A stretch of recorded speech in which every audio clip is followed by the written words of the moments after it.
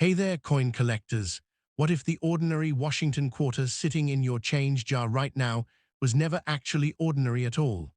Stick around, because what separates one's worth face value from one's worth, a serious collector's attention, comes down to details almost nobody knows to look for. First coin. Somewhere in a forgotten coffee can, a kitchen junk drawer, or a rolled-up bank wrapper untouched since the Ford administration, there could be a quarter that looks perfectly ordinary at first glance, but carries a story stretching back to the founding of the nation itself. This is the 1776 to 1976 bicentennial quarter struck at the Denver Mint, identifiable by the small letter D tucked beside Washington's ponytail. And while millions of these coins were made, not all of them are created equal in the eyes of collectors. By the end of this video, you will understand exactly what separates a quarter that spends like pocket change from one that authenticated grading services have certified as a genuine numismatic prize, what specific characteristics collectors look for under magnification, and what real auction results for verified examples have looked like in recent years. But to appreciate why this coin matters, we first need to travel back to the cultural moment that created it, because this quarter was never meant to be an ordinary coin in the first place. By the early 1970s, the United States Mint faced a unique challenge. The nation's 200th birthday was approaching in 1976, and Congress wanted a way to mark the occasion on the coins that passed through everyday American hands, not just on commemorative medals locked away in display cases.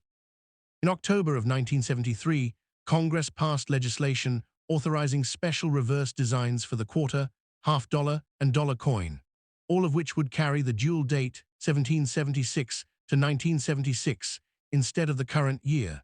and all of which would remain in that design for both 1975 and 1976 production, since no coins dated 1975 were struck at all. The Mint held a nationwide design competition open to the American public, an unusual and democratic move that produced thousands of submissions from art students, hobbyists, and professional engravers alike. For the quarter's reverse, the winning design came from Jack L.R., a commercial artist from Illinois, who submitted a colonial drummer boy walking in profile, a torch of victory encircled by 13 stars representing the original colonies placed just above his head. The obverse retained John Flanagan's classic 1932 profile of George Washington, first used to honor the first president's 200th birthday, but the date was altered to read 1776 to 1976, tying the two bicentennial celebrations together in a single design. Production of the bicentennial quarter began in 1975 and continued through 1976, with strikes coming from 3 mint facilities, each leaving its own signature on the coin. Philadelphia struck examples with no mint mark at all, following the tradition of that facility at the time. San Francisco produced both clad copper-nickel proof coins and a special run of 40% silver coins intended for collectors, marked with an S. Denver, the mint that concerns us today, struck the coin in standard copper-nickel clad composition and marked its output with a D, positioned just to the right of Washington's Q on the obverse. The Denver Mint's output was massive, numbering in the hundreds of millions, which is part of why the overwhelming majority of 1976 D quarters in circulation or in bank rolls today carry no exceptional value beyond face value. Understanding this reality is essential because the story of this coin is not that every example is valuable, but rather that among those hundreds of millions, a small number survive in a condition so extraordinary that they stand apart from all the rest, and it is those exceptional survivors that command genuine collector attention.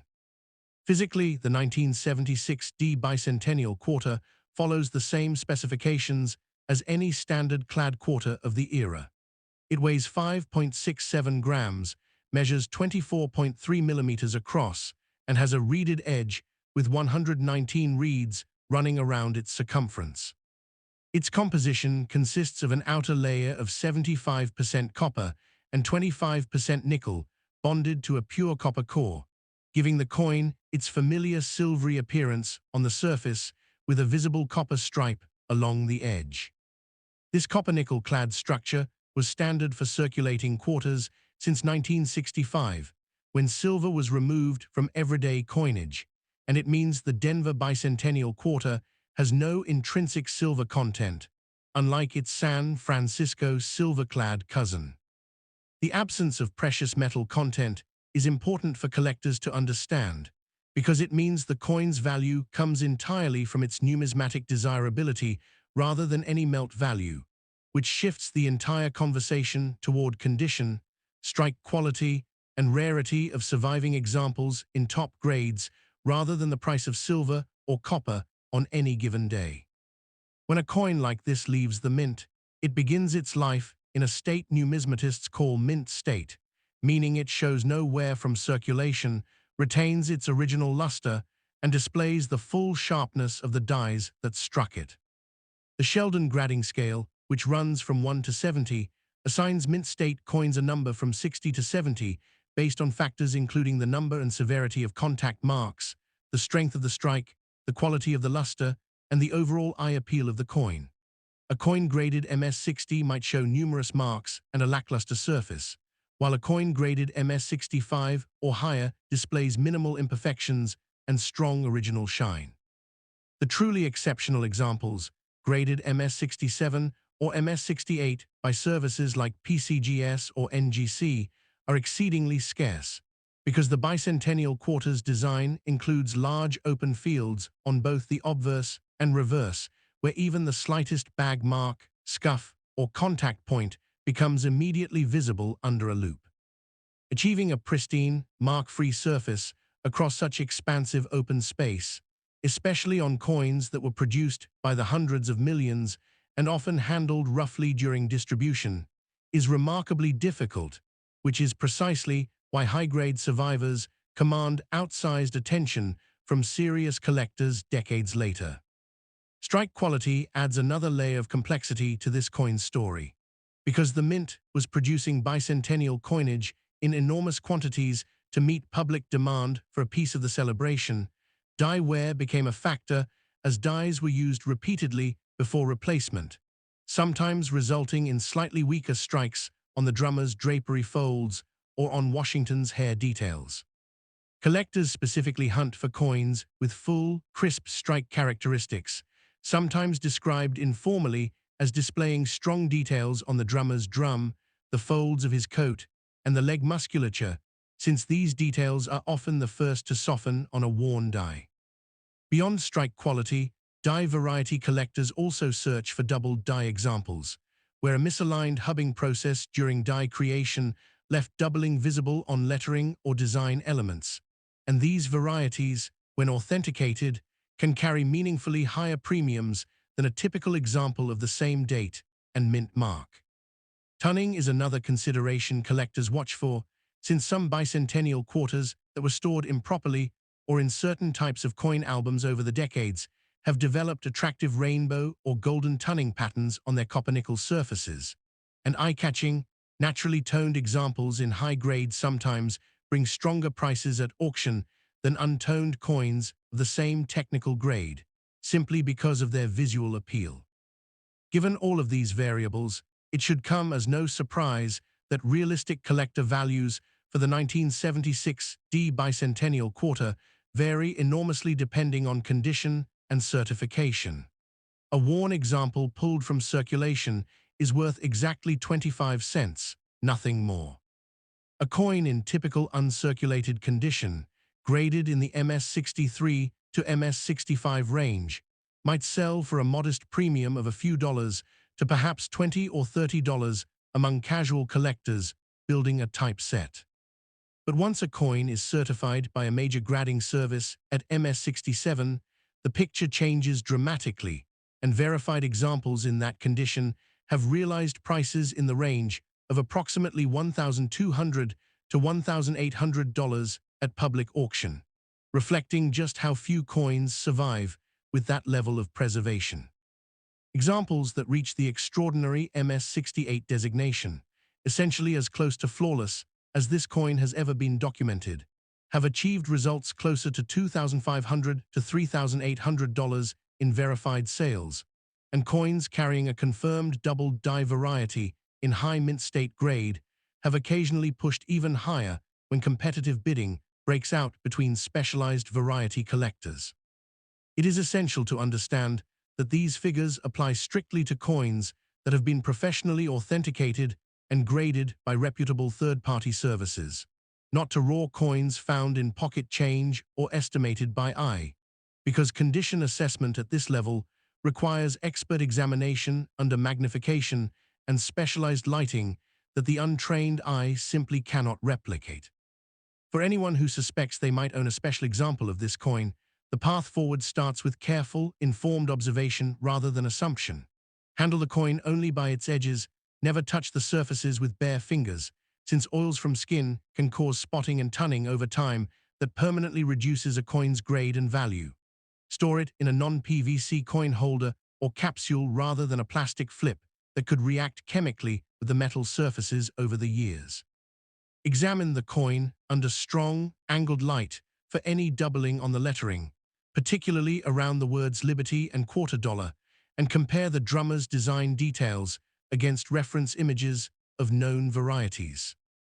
Because bicentennial quarters were produced in such staggering numbers, counterfeiting for profit is relatively rare compared to more valuable coins, but altered mint marks and artificially toned surfaces do occasionally appear on the market, which is why submitting a promising example to a recognized grading service, such as PCGS or NGC, remains the only reliable way to establish authenticity and true condition.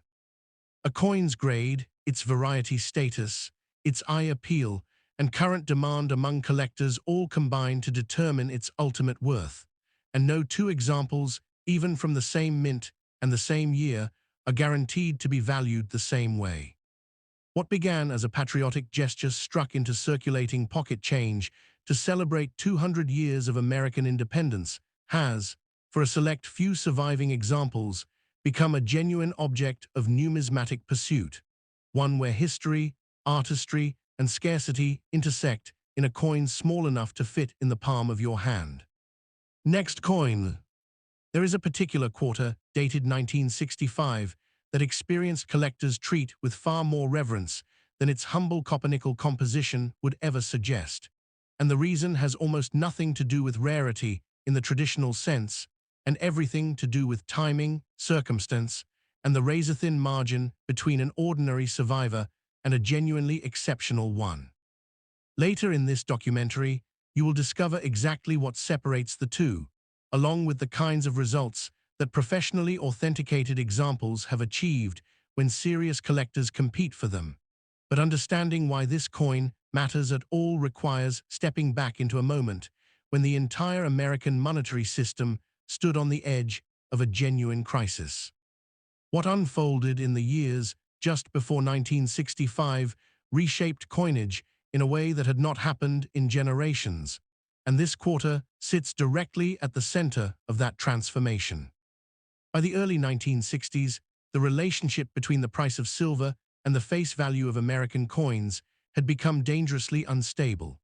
Industrial and commercial demand for silver was rising steadily, and as bullion prices crept upward, the metal locked inside every dime, quarter, and half dollar in circulation began to be worth more melted down than the coin itself was worth spent at face value.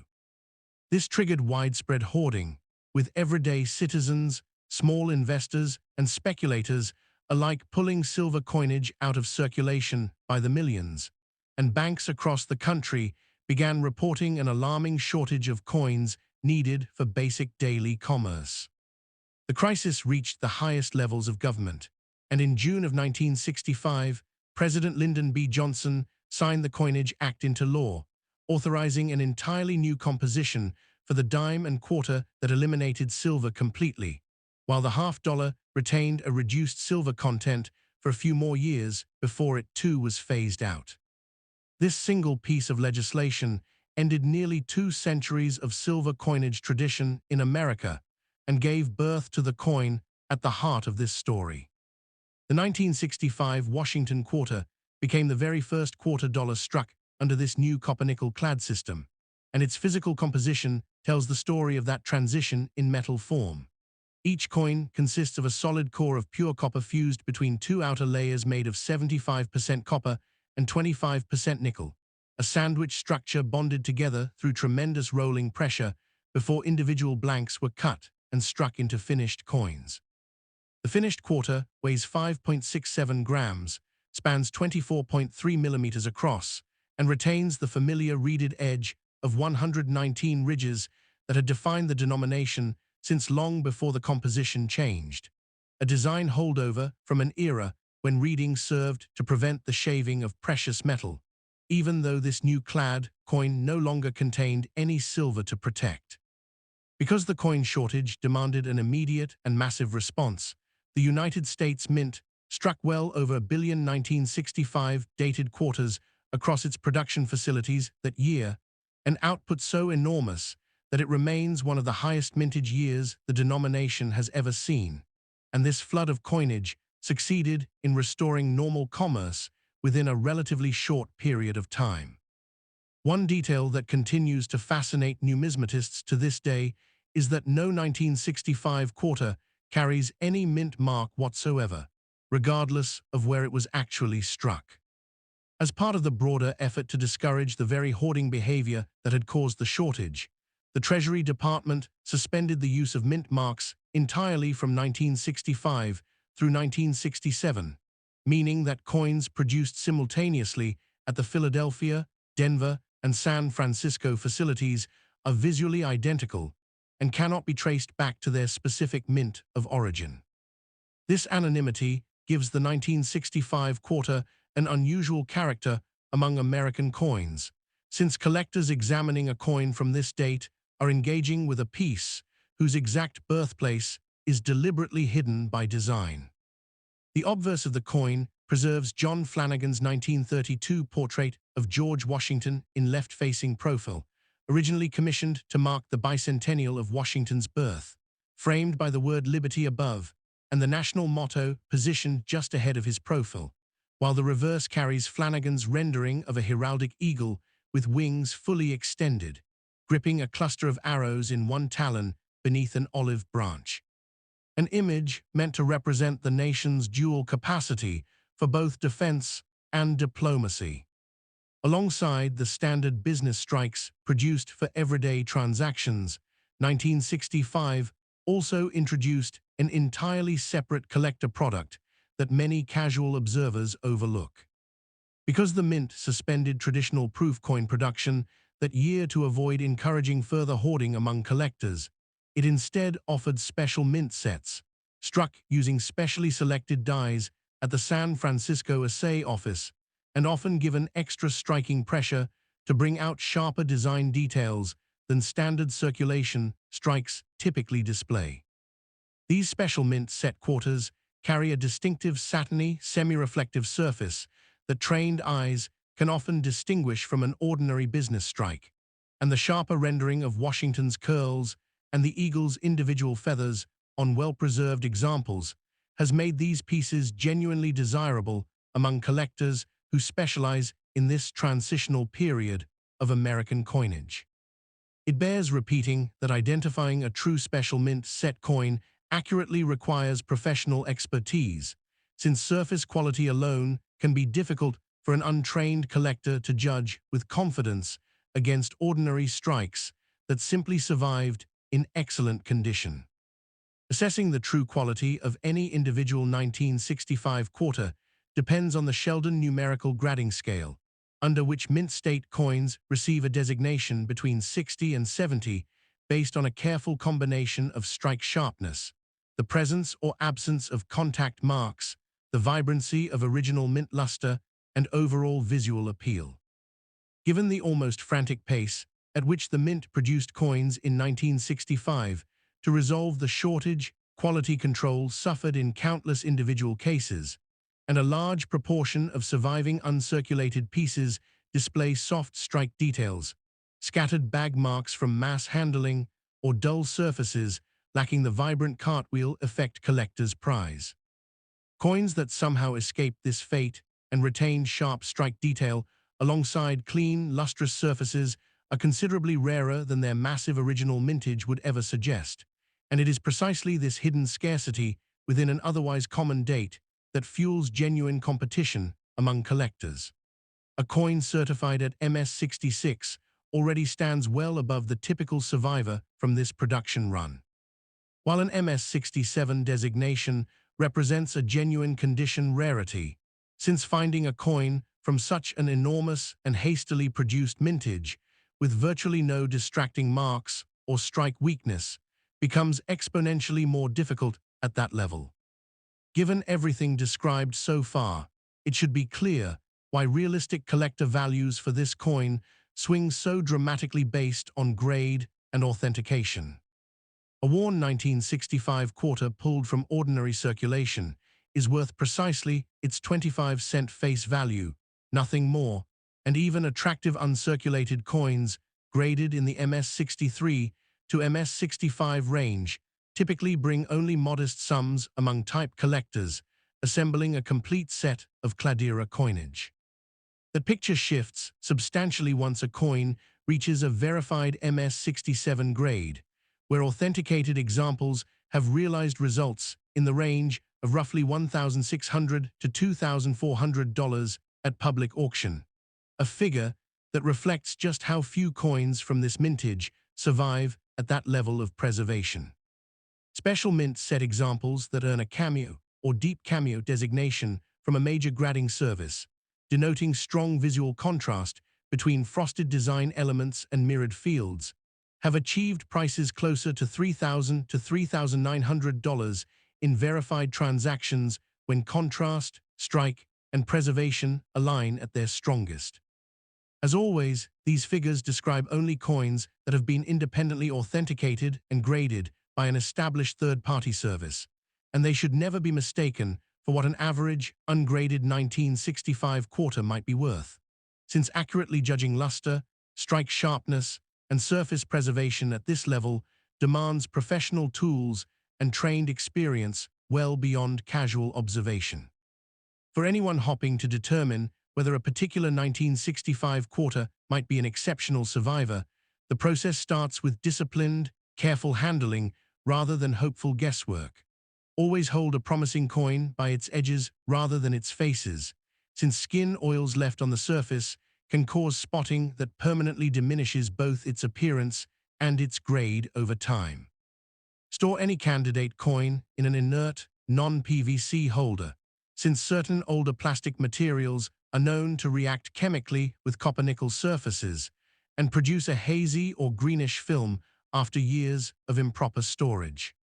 Verify weight and diameter with precise instruments if authenticity is ever in doubt, since counterfeit or altered coins sometimes deviate subtly from the mint's official specifications, and examine surface texture closely under strong light if a special mint set origin is suspected, comparing it carefully against verified reference examples rather than assuming based on appearance alone.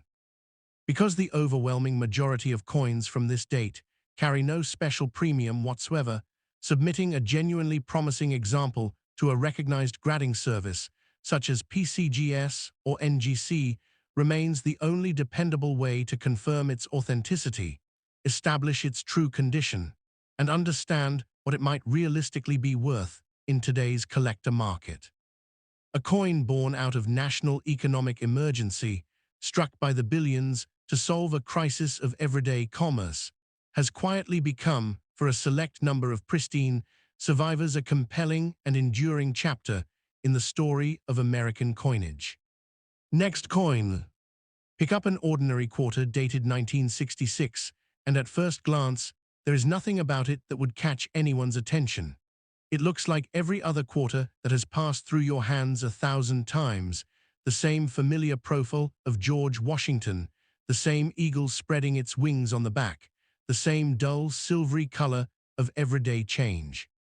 And yet this particular date has quietly become a coin that experienced collectors examine with far more care than its plain appearance would ever suggest, turning it under bright light, checking its edges, studying details most people would never think to look for. Later in this investigation, you will discover exactly what these collectors are searching for, what separates an unremarkable example from a genuinely desirable one, and what authenticated specimens in exceptional condition have realistically achieved in the collector marketplace. But before we can understand what makes this coin special, we need to place ourselves back in the moment it was struck, because 1966 was a year still recovering from a monetary emergency that had reshaped American coinage just 1 year earlier. To understand the 1966 quarter, you first have to understand what happened in 1965, because this coin was a direct continuation of that crisis rather than a fresh, isolated event. The price of silver had climbed high enough by the early 1960s that the metal inside every silver dime, quarter, and half dollar was worth more than its face value, and Americans responded exactly as economic logic predicted, pulling silver coins out of circulation by the millions and hoarding them for their metal content. Congress passed the Coinage Act of 1965 to solve this crisis, eliminating silver from the dime and quarter entirely and replacing it with a copper-nickel-clad composition. And by the time 1966 arrived, the mint was still working urgently to flood the economy with enough of this new clad coinage to fully resolve the shortage that had crippled everyday commerce. So when you hold a 1966 quarter, you are holding a coin from the second full year of an emergency production effort, one where speed and volume mattered more to the mint than the kind of careful individual attention that produces flawless coins. Now look closely at your imaginary 1966 quarter and search for a mint mark, that small letter that normally tells you exactly where a coin was struck. You will not find one, and this is not a mistake or a flaw, it is a deliberate policy. In an effort to discourage speculators and collectors from hoarding coins by mint location during the ongoing shortage, the Treasury Department suspended the use of mint marks entirely from 1965 through 1967, and 1966 falls squarely within that window. This means quarters struck at the Philadelphia, Denver, and San Francisco facilities that year are physically identical to one another, with no visible way to trace an individual coin back to its specific birthplace, an unusual situation that gives this entire 3-year run of coinage a genuinely mysterious quality among collectors who specialize in identifying mint origins through other means. What experienced numismatists examine instead, in the absence of a mint mark to guide them, is the coin's overall condition, the sharpness of its strike, and any distinguishing characteristics in its surfaces that might separate one example from thousands of others struck from the same basic dies. Turn the coin over in your hand and examine its physical construction, because this is where the story of 1965 and 1966 truly lives in the metal itself.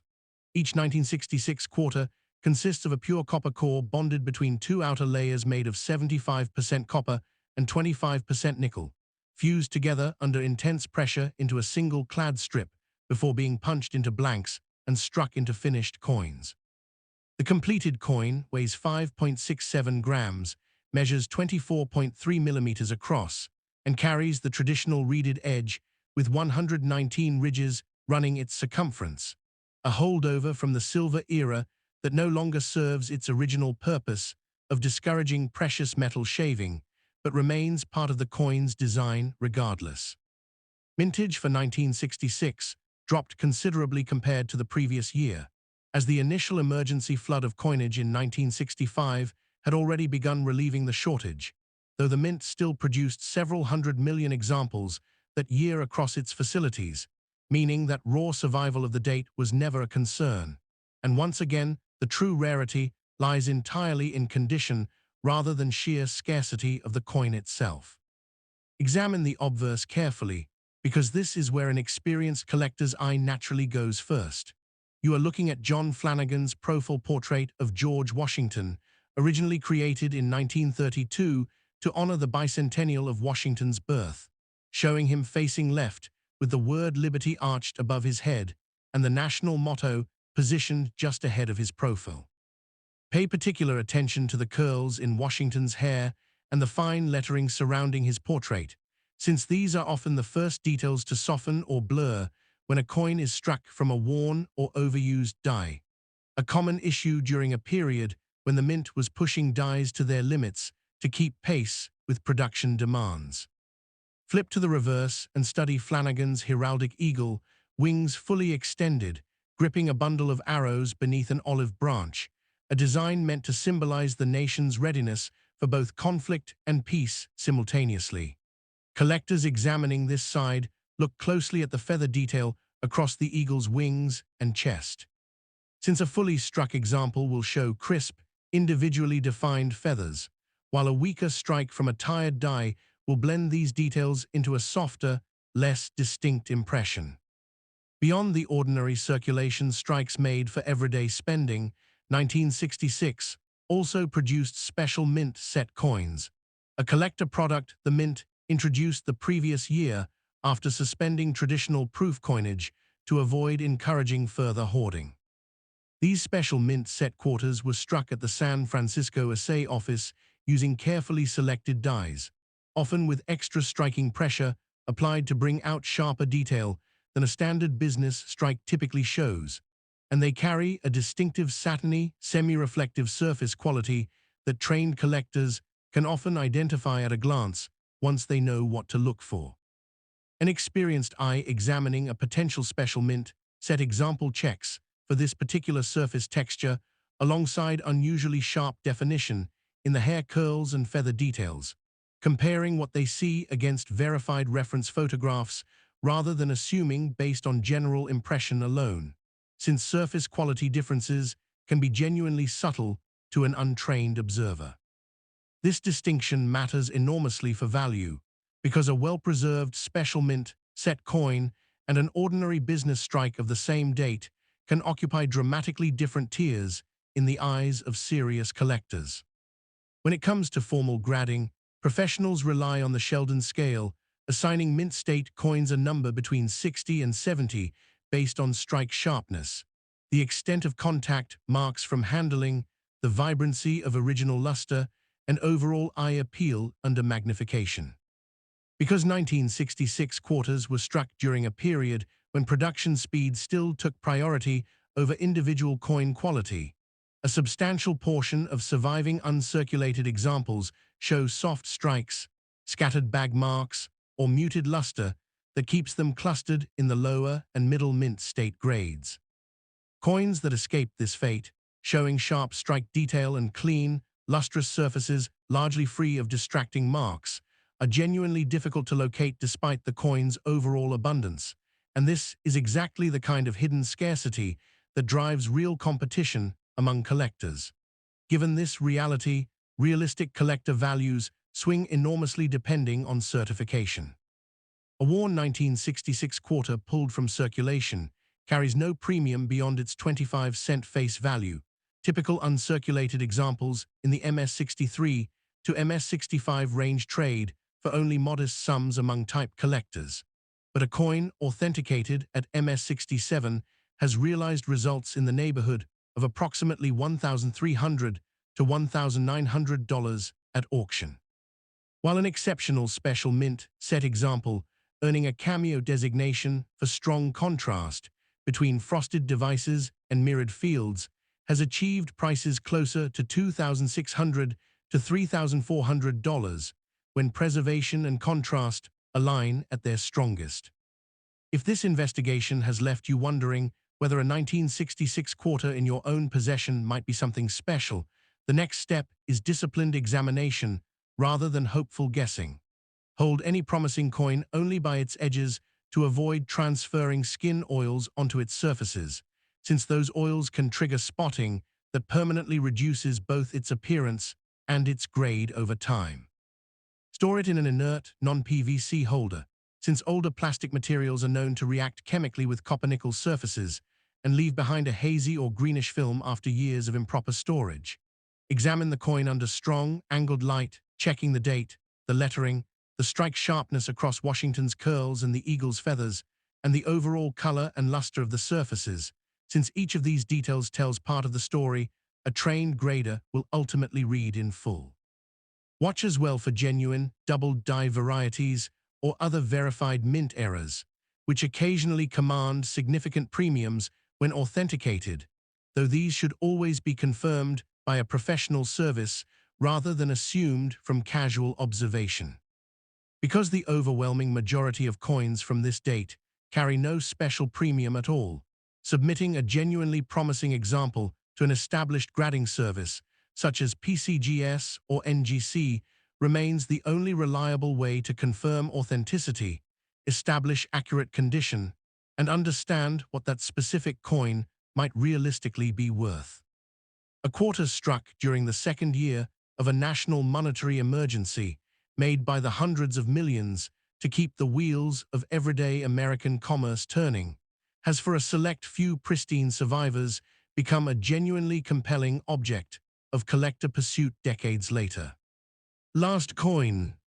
Hundreds of millions of people have handled a quarter exactly like this one, dropped it into a vending machine, tossed it into a jar of loose change, or spent it without a second thought, and yet almost none of them understand why a small number of collectors now treat certain examples of this same coin as genuine prizes worth tracking down. This is the 1983 P. Washington quarter, struck at the Philadelphia Mint, a coin so common in raw numbers that its scarcity in top condition catches most people completely off guard.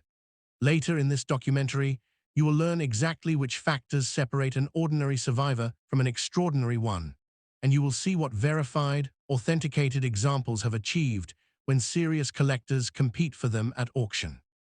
But to understand why this particular date became such an unexpected target for condition-focused collectors, we need to look closely at the world the Mint was operating in early 1983, a world shaped by economic pressures that most people watching this coin pass through their hands would never have guessed.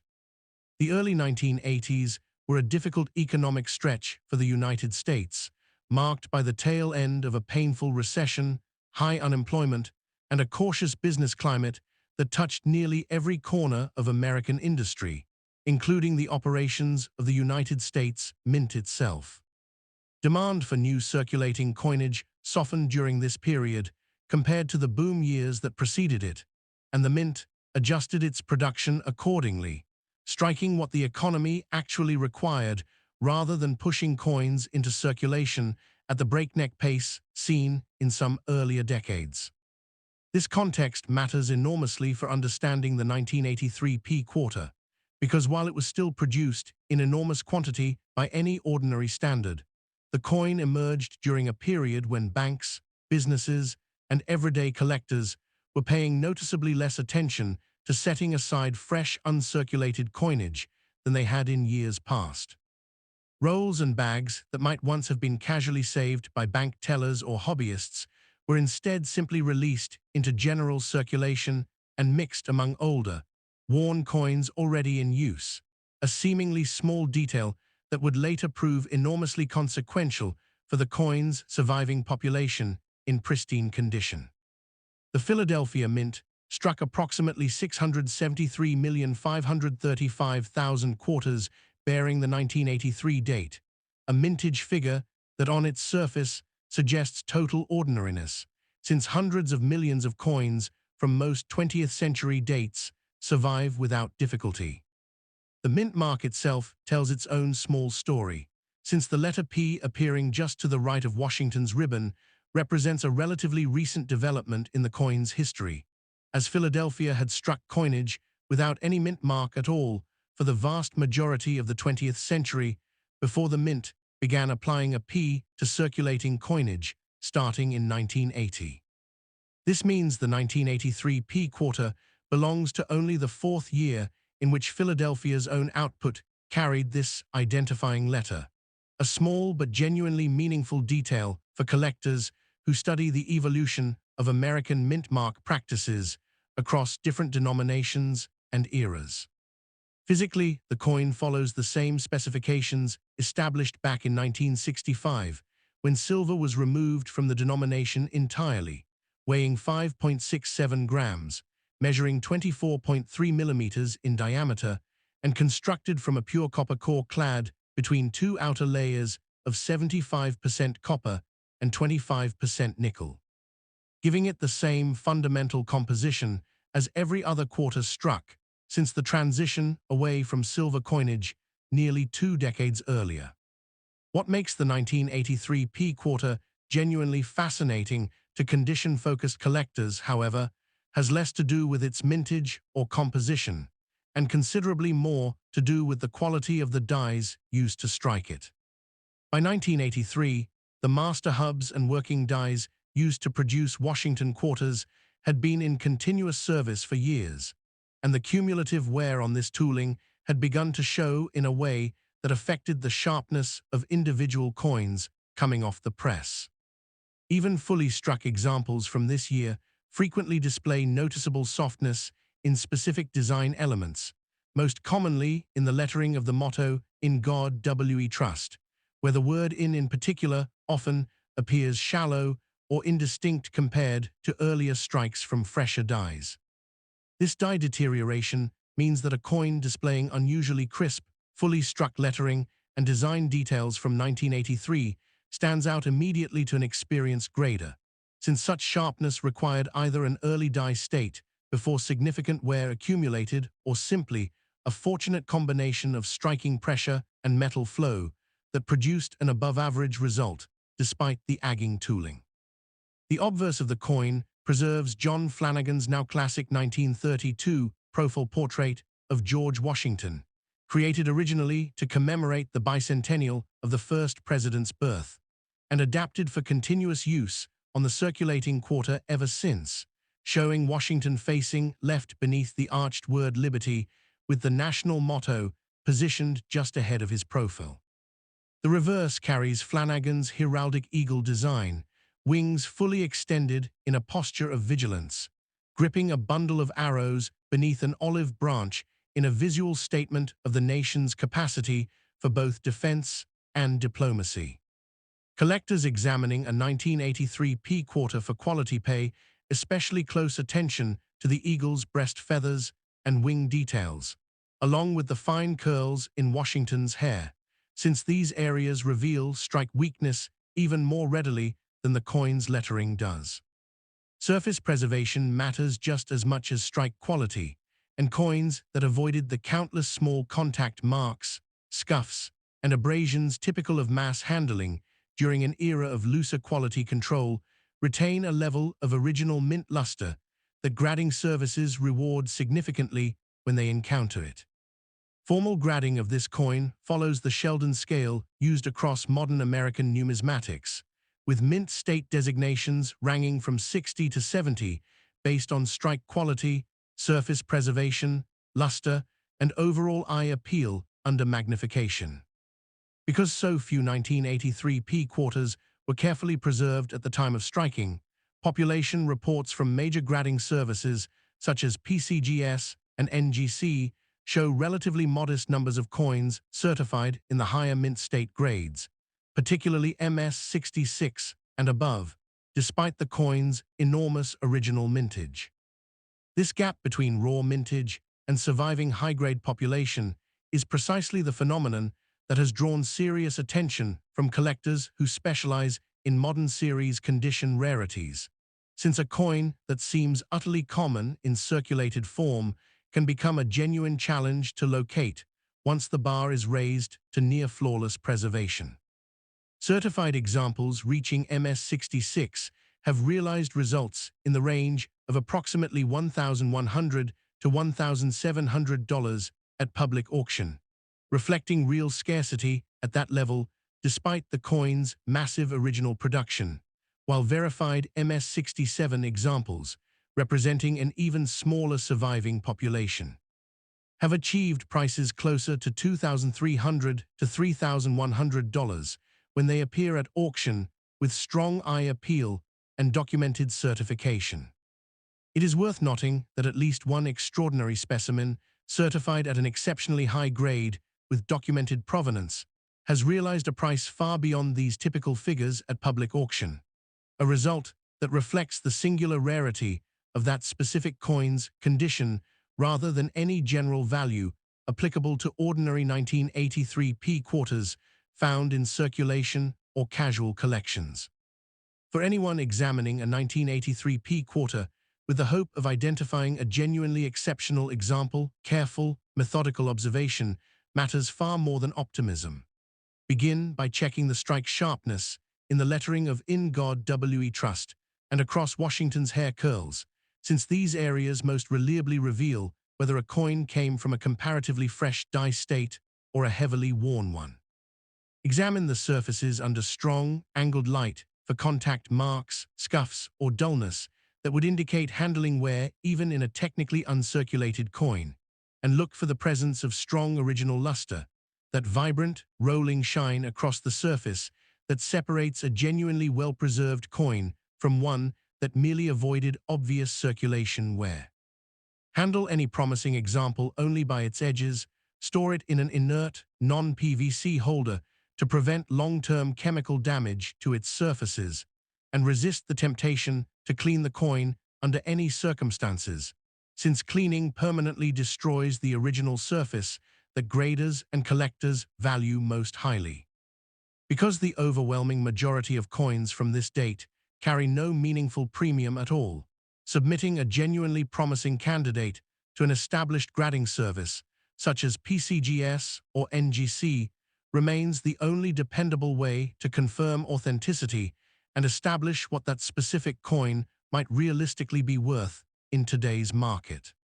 A coin struck by the hundreds of millions during a quiet, uncertain economic year has, for a scattered handful of remarkably preserved survivors, become a case study in how condition alone can transform something utterly ordinary into something collectors will genuinely compete over. And it raises a question worth carrying into every coin you look at from this point forward. How many other dates assumed to be common are hiding the very same kind of quiet rarity in plain sight?